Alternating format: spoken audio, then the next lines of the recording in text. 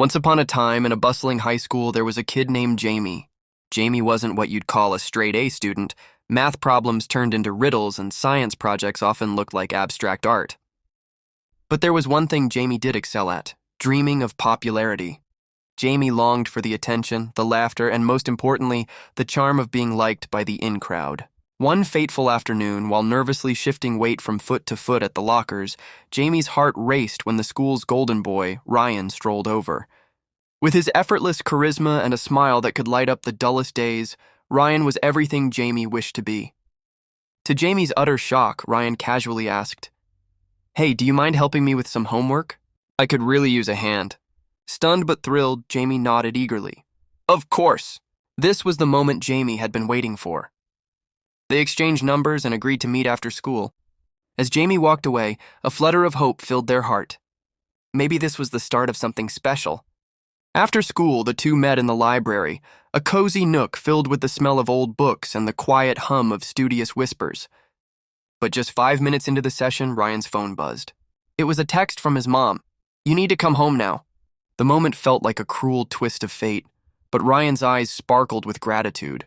"I'm really sorry, can you just finish my homework? I'll owe you one." With that, Ryan dashed out, leaving Jamie surrounded by a pile of unfinished assignments. Sighing, Jamie dove into the homework, pouring every ounce of effort into it. A part of Jamie felt a twinge of frustration. Was this really how it worked? Was Jamie just a stepping stone in Ryan's quest for good grades? Yet the dream of popularity twinkled like fairy lights in the back of Jamie's mind. If Ryan aced his assignments, maybe he'd see Jamie in a new light.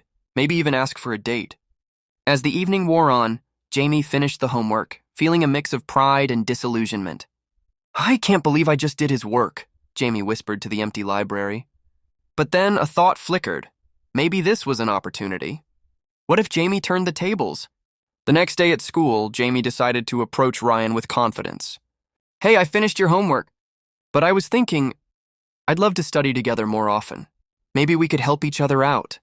Ryan grinned, his eyes lighting up. "That sounds great. You're actually really good at this. Let's make it a regular thing."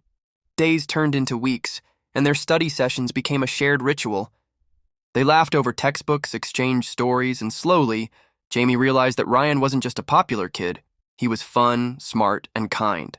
With every session, Jamie found confidence blooming like flowers in spring. One afternoon, as they wrapped up a particularly challenging math problem, Ryan paused and looked at Jamie. "You know, I've really enjoyed hanging out with you. How about we grab a coffee this weekend?" Heart racing, Jamie could hardly believe it. This was the moment they had dreamed of. "I'd love that," Jamie replied, trying to keep the excitement from bubbling over. As they walked out of the school together, Jamie felt a newfound sense of self.